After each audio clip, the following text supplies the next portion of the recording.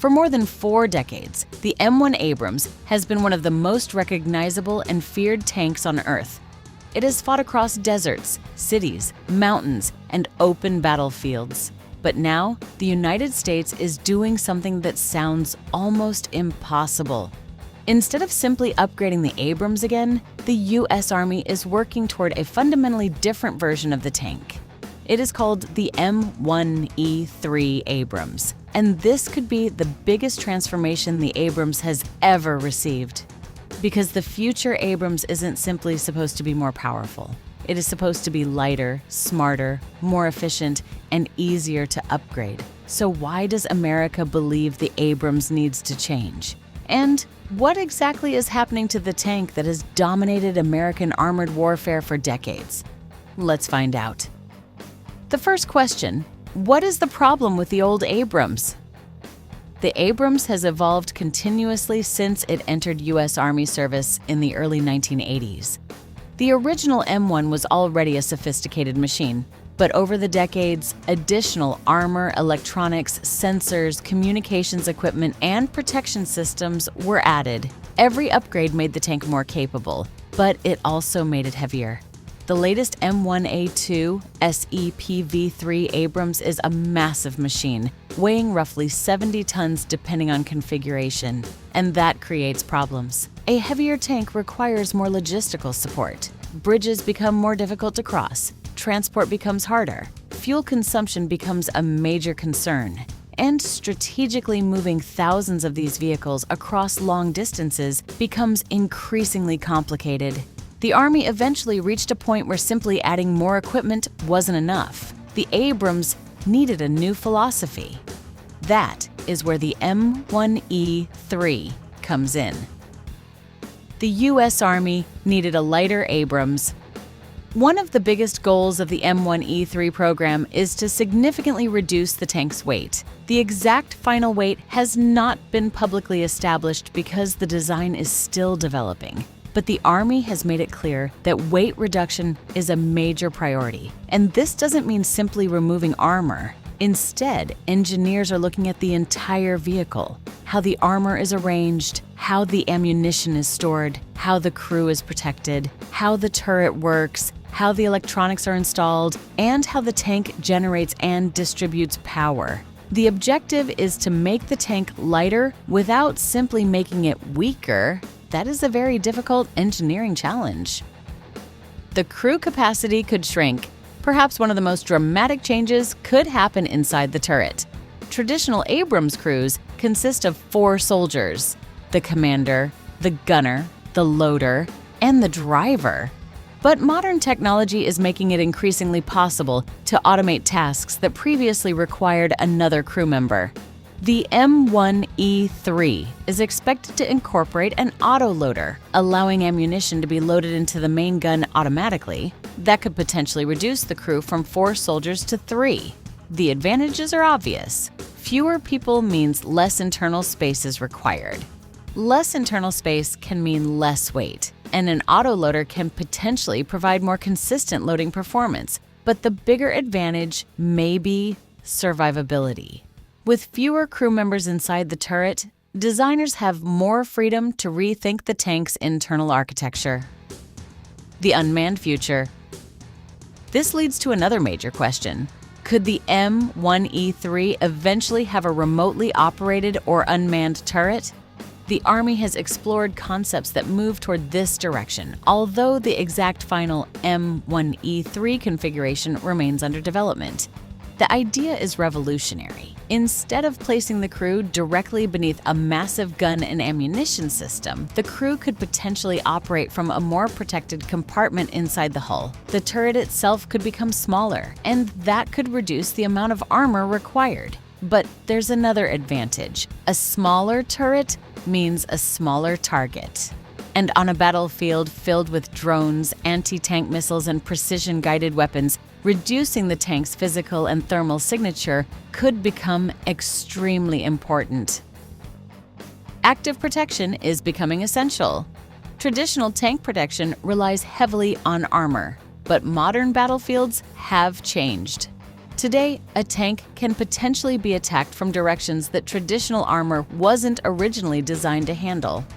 Anti-tank guided missiles can approach from different angles, loitering munitions can search for targets, and small drones can identify armored vehicles from above. This is why modern tanks increasingly depend on active protection systems. Instead of simply absorbing an incoming projectile, an active protection system attempts to detect the threat and intercept it before impact. The Abrams has already been equipped with the Trophy Active Protection System on selected configurations. The M1E3 is expected to take this philosophy even further, integrating protection into the tank's overall architecture rather than treating it as an additional system bolted onto the vehicle. That distinction matters. The tank of the future has to be designed around survivability from the beginning. The electronic brain. But perhaps the most important transformation won't be visible from the outside. It will happen inside the electronics. Modern warfare is increasingly a battle of information. A tank crew needs to know, where are friendly forces? Where are enemy vehicles? Where are drones? What sensors have detected? What targets have already been engaged? And where should the tank move next? The M1E3 is being designed around a more modern digital architecture intended to make future upgrades easier. That means the Army could potentially install new sensors, computing systems, or electronic warfare capabilities without redesigning the entire tank every time technology changes. This is crucial because a tank designed today could still be expected to operate decades into the future, and nobody knows what battlefield technology will look like 20 years from now.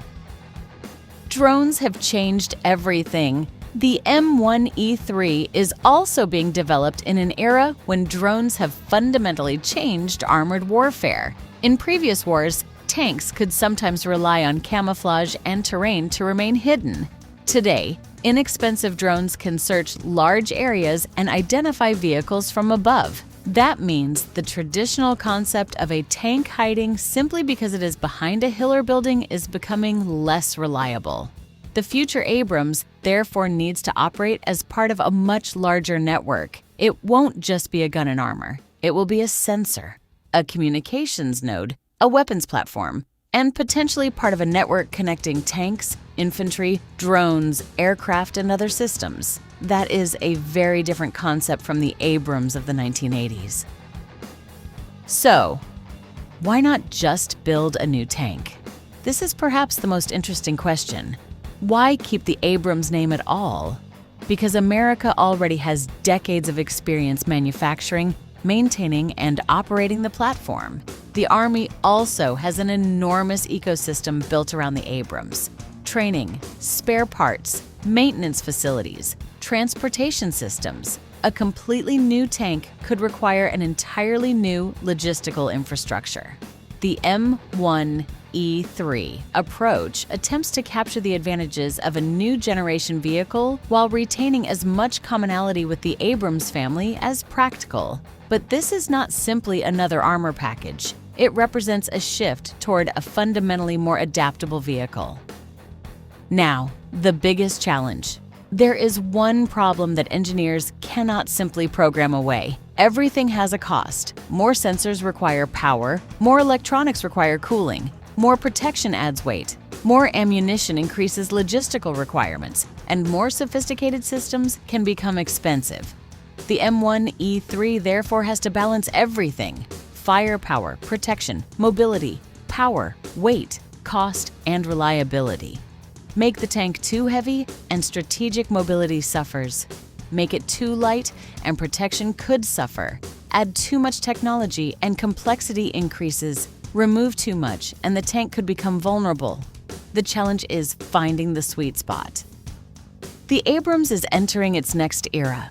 The M1E3 isn't simply about creating a tank with a bigger gun or thicker armor. It represents a recognition that armored warfare itself has changed. The battlefield is now filled with sensors, drones, precision weapons, electronic warfare, long-range missiles, and increasingly autonomous systems. The tank that survives in this environment may not be the tank with the thickest armor. It could be the tank that is hardest to detect, fastest to react, easiest to upgrade, and smartest about how it uses its protection.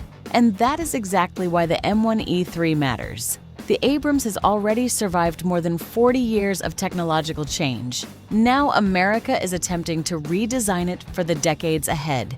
The final M1E3 may look familiar. It may still carry the unmistakable Abrams silhouette. It may still fire a powerful main gun. And it may still be operated by American soldiers. But underneath that familiar shape could be a completely different philosophy. A lighter tank, a more automated tank, a more connected tank, and potentially one built not for the battlefield of yesterday, but for the battlefield of tomorrow.